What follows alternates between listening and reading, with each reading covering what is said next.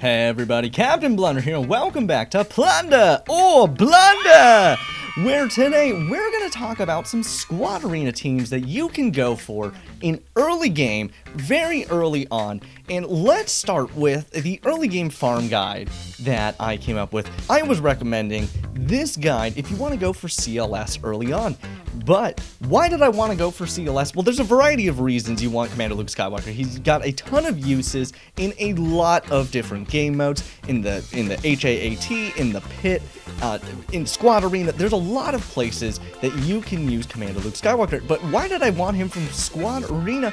Well, it was for this team, the Commander Luke Skywalker lead with Han Solo, Chewbacca, C-3PO, and 3 Baka. And to get there, though, this takes a lot of requirements. We have to get 5 Phoenix Squad allies together. We have to get 5 Empire to get R2-D2. Then we have to get the Episode 4 Rebels together to get Commander Luke Skywalker. And then the team is not even complete. We need to get Han Solo from the heroic pit, and we need to farm 3 Baka, but then just to get Chewbacca and C-3PO, we have to do Contact Protocol and the one famous Wookiee. So that's another 10 characters that we have to farm, gear up, level up. So that's 25 total characters that we have to farm and do events for in order to get this squad.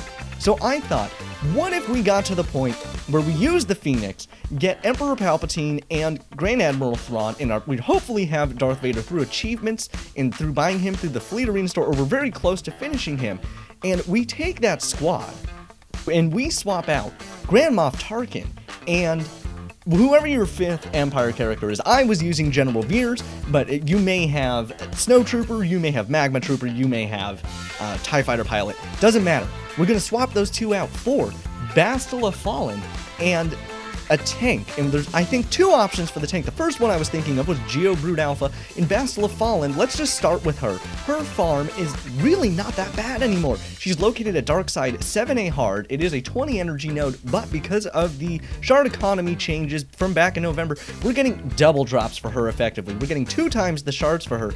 And why would we want Bastila Fallen in this squad? Well, glad you asked that question, because I was asking myself the same question. Why haven't I put her in this squad? Why haven't I worked on her? Well, her basic Sith Assault deals special damage to target enemy and inflicts ability block for 1 turn, which is great when we have Grand Admiral Thrawn in the squad, because Thrawn's basic, when it hits somebody that is ability blocked, is going to stun them automatically. And this attack deals 10% more damage and has plus 10% critical chance for each active Sith ally. So if we have both Darth Vader and Emperor Palpatine in the team, this should reasonably give us 30% more damage and 30% more critical chance on that hit. And then she's also got Wild Lightning, which is really just going to throw out more shocks, which we want with Emperor Palpatine because it's going to help feed him more turn meter and help put more debuffs out on the field. So let's look at Corrupted Battle Meditation now. At the start of Bastila's turn, all enemies lose 3% turn meter, which is doubled against non-Jedi and non-Sith, and are inflicted with Corrupted Battle Meditation for 1 turn. Then Bastila recovers 1% protection for each debuff on enemies. So again, if we're running with an Emperor Palpatine team that's conceivably throwing out a ton of debuffs all the time, we're going to be getting much more than 1% protection recovery from Bastila. And then what does Corrupted Battle Meditation actually do? It gives minus 30% critical chance and minus 30% counter chance, which is doubled again against non-Jedi and non-Sith, which is amazing. So we're really reducing the chance if we're fighting another Commander Luke Skywalker squad or anything like that, that they're going to counter us, because none of them are Jedi and none of them are Sith. And I know it's cut off down there, but then it says it's a locked ability. It can't be dispelled or copied or anything like that. And then let's look at Fear, because Fear is a very important mechanic to Bastila. And what her Fear does is inflicts fear on target enemy and another random enemy for 1 turn, which can't be copied or dispelled.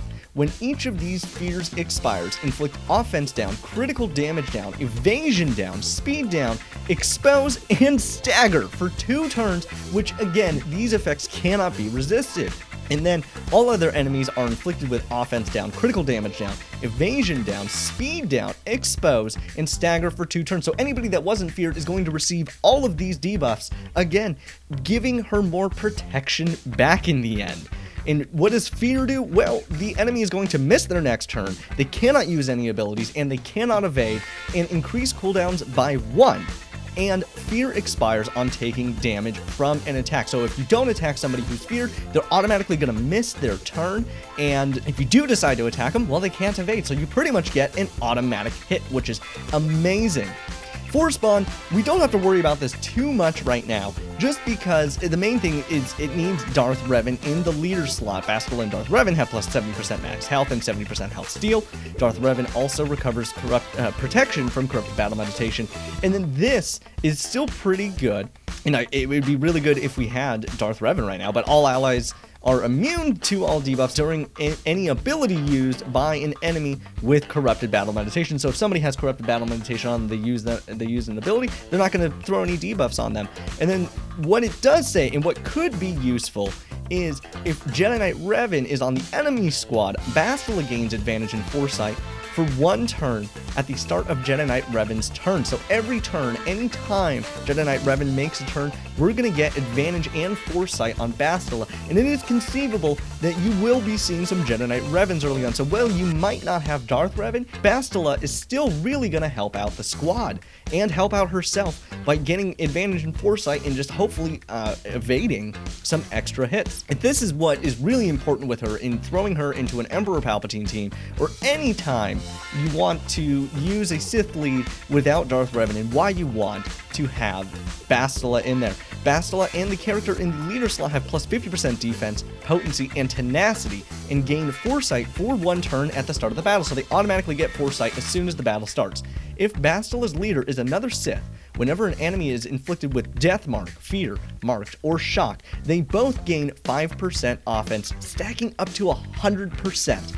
For the rest of the battle, this ability does not apply to the character in the leader slot. What this means is if we have Emperor Palpatine in the leader slot, we're going to be throwing out shocks all the time, we're going to be throwing out fear all the time. Death Mark, probably not so much at this point, but that's going to give them the 5% offense stacking up to 100%, so you inflict 20 shocks or fears, that then we're gaining that extra offense real quick. And again, Bastila's getting protection recovery every time we get debuffs, so it's really good. She's going to be so handy for the squad, and I 100% recommending going to farm Bastila Shan. And then why was I recommending Geobrute Alpha? He seems like a weird fit for this team. He doesn't have much synergy with the team. He's not a Sith, he's not an Empire character, so why do we want him? Well, his basic deals physical damage to target enemy and dispels all buffs on them on a critical hit. So we're going to be getting to do some dispel with just a basic hit. And then his first special ability, Glaive Sweep, dispels all buffs on all enemies, not just one of them, all enemies, as long as they don't have evasion up, in which case you will miss that hit. Deal physical damage to all enemies and expose them for 2 turns, then remove 15% turn meter from debuffed enemies. So again, with the Emperor Palpatine lead, we should be throwing out debuffs all the time. So when he uses Glaive Sweep, it should be removing 15% turn meter from all debuffed enemies, which should happen fairly frequently. And then there's the ability Conscription, dispel all debuffs on all Geonosian allies, summon the Geonosian Brute to battle if the ally slot is available, or if a Geonosian Brute is already present, he gains critical damage up and offense up for 2 turns, then all Geonosian allies gain 15% turn meter and recover 35% health and protection.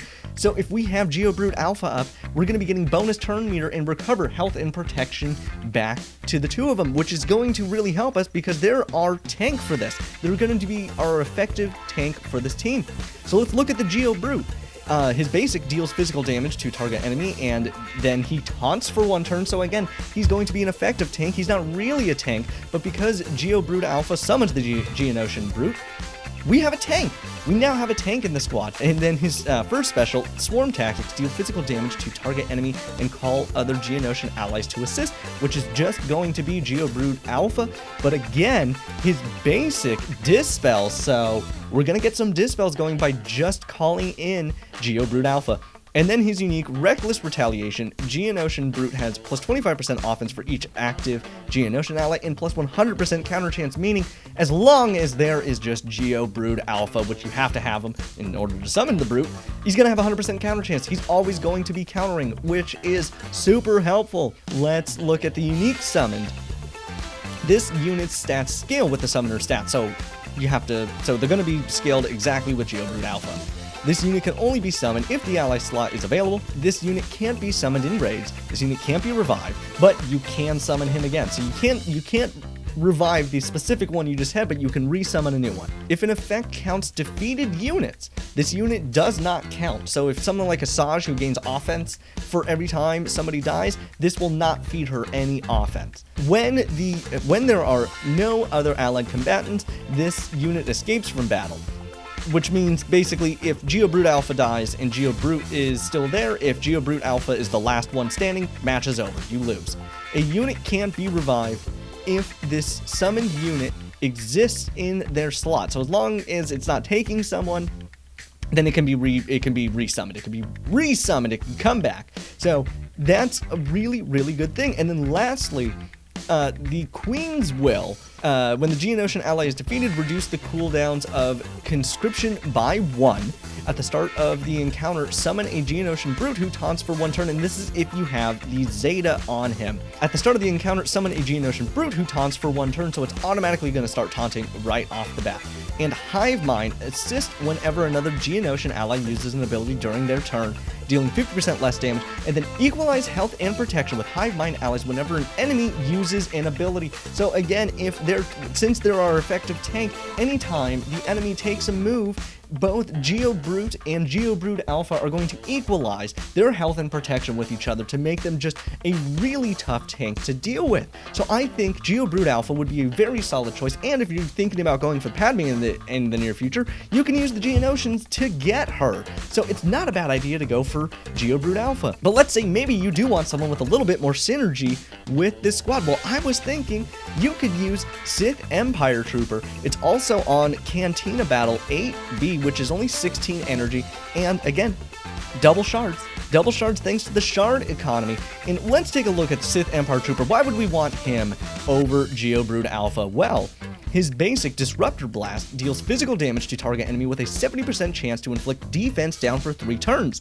If the target enemy was already debuffed, ignore their protection, which is fantastic. Ignoring protection is always a great ability, and like I've been saying, if we have an Emperor Palpatine team, we should be throwing out debuffs all the time, so we should be able to ignore that protection all the time with the basic.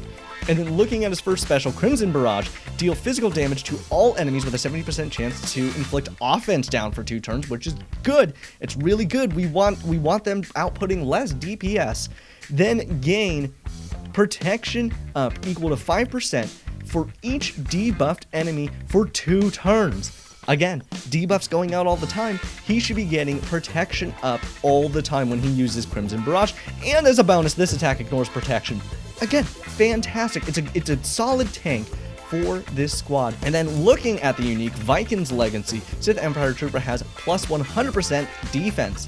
Whenever a Sith ally uses a special ability or falls below 50% health, Sith Empire Trooper gains defense up for 2 turns. So this should be happening all the time. Like almost instantly, it's going to happen. If he already had defense up, he gains taunt for 2 turns, which is perfect because we need a tank for the team. So if we have this guy coming in here and he's throwing up taunt if he already has defense up because debuffs are going out, so he's gaining these buffs, so he's going to start taunting, and if he already had taunt, he's going to gain retribution for 2 turns, which is just going to mean he's counterattacking all the time. All the time. If he's always got taunt up, then he's going to get the defense up and then get the retribution really, really quickly. In the last part of it, Sith Empire Trooper gains defense up and taunt for 2 turns at the start of each encounter. So he's going to come out of he's gonna come out ready to go. He's already taunting and ready to go as a solid tank. So I think this would be a really good build too. So there we go. There are 2 ideas we have for not wasting our resources, trying to cobble together all these teams. Again, it takes 25 characters to get this full CLS squad that I want to go for, which is really, really good.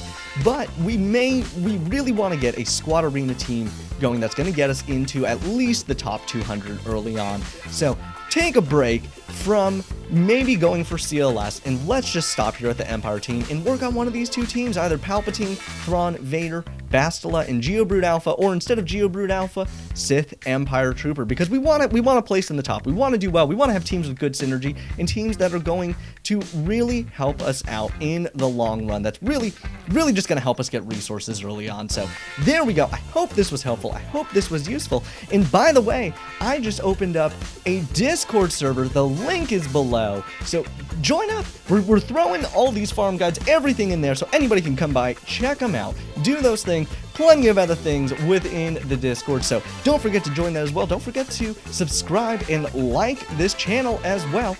And until next time, everybody, cheers.